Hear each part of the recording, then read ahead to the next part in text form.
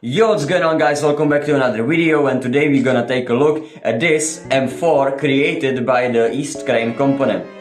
We're gonna take apart the main power of the gun, inner components of the gun and many more things, so stick to the end.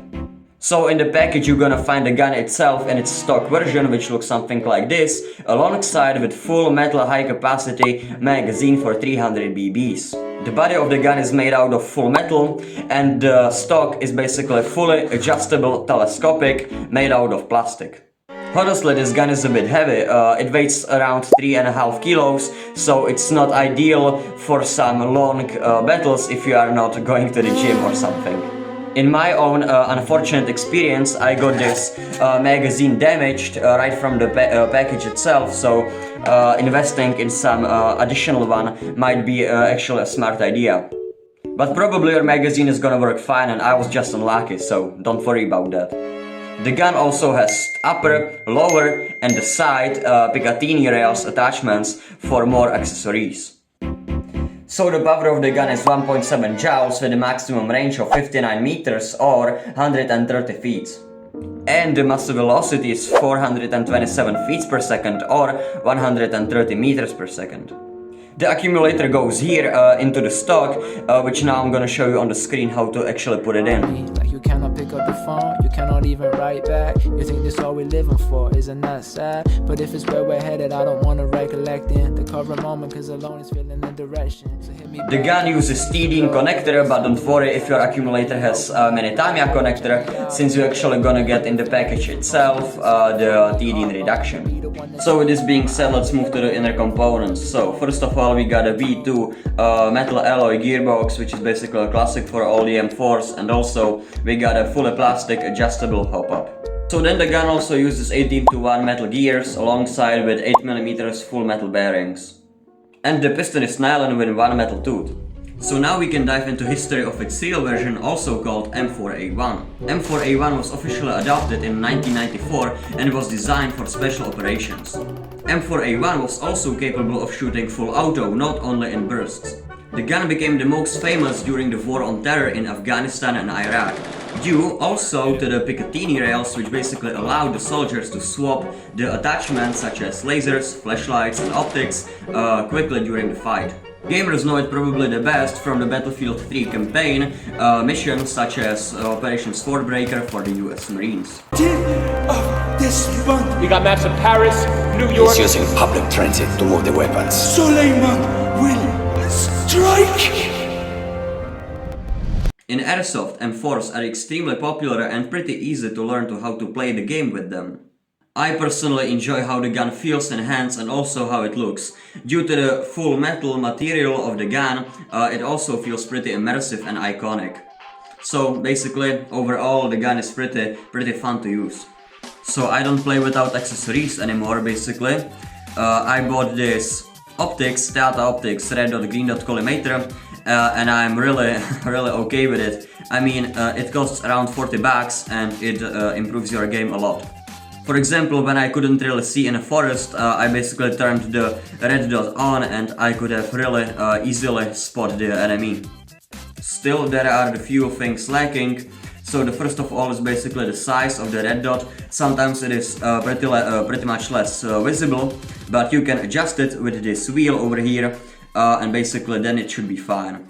The second problem is that basically on the gun you kind of need to more, prone to actually see through it, so maybe some open top collimator would be a smarter idea. But overall this thing does the job well, and I will definitely send you a link into the description if you want to check it out. So then we have this 14mm left spinning suppressor that I already installed on my gun, and you could have seen it in the whole video.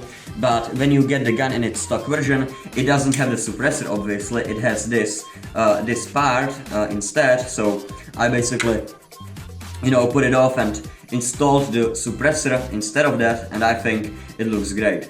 But please keep in mind that this suppressor does nothing in terms of functionality, and it doesn't improve your gameplay a bit. It only looks better on the weapon, so that's the reason why it costs around 10 to 15 bucks. And yeah, if you want to have actually some useful thing, I would recommend you to spend some money into some tracer suppressor. If you wouldn't know, the tracer suppressors, they basically light up your BBs, so you see where you are shooting, precisely where you are shooting, and they look almost the same as this, you know, as normal full metal suppressors, but they are a lot more expensive. I think they cost around 60 to 80 bucks, but if you want to actually improve your airsoft game, then I would definitely to buy them. So the next thing we have is this vertical grip that I have. Well, this one is basically made out of plastic, and it cost me around 5 to 10 bucks, I think. I bought it in sale. So yeah, but why I would recommend you to buy this one is basically it improves your gameplay a lot for a really cheap price. So yeah, this is basically the number 2 accessory that I would buy right after the scope. Also, I got the second grip, which I use on my Mark 18, and maybe this one is even better, so I might give you 2 links into the description, so you can just choose between those 2. So these are basically all of the accessories that I would recommend buying for the M4, and now we can just move to the final rating of this gun. So my final rating of this gun is 8 out of 10.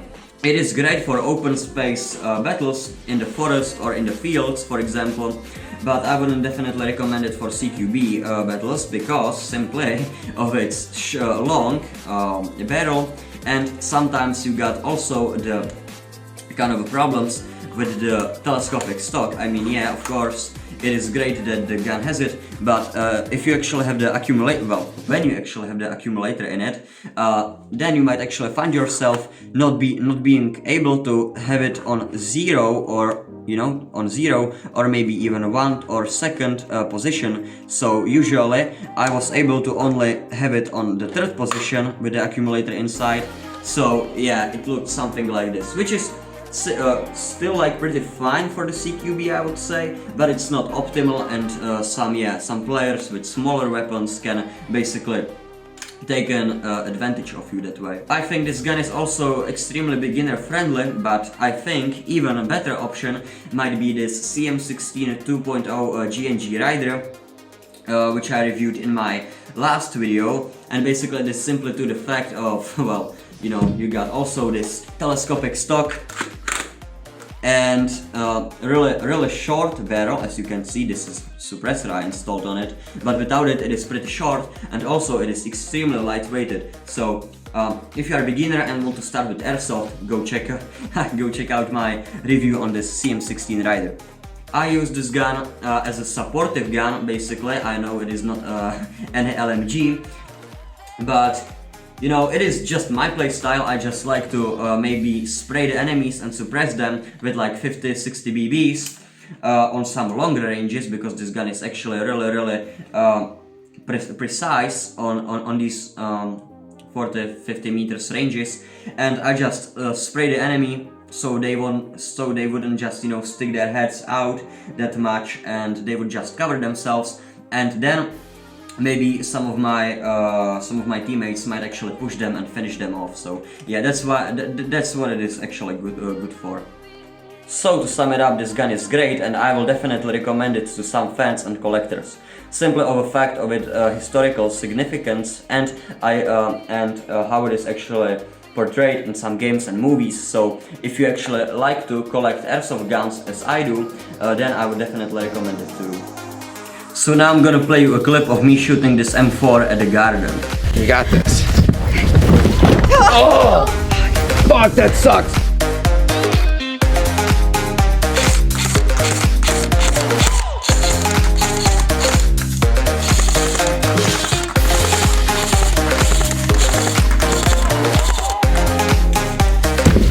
Oh!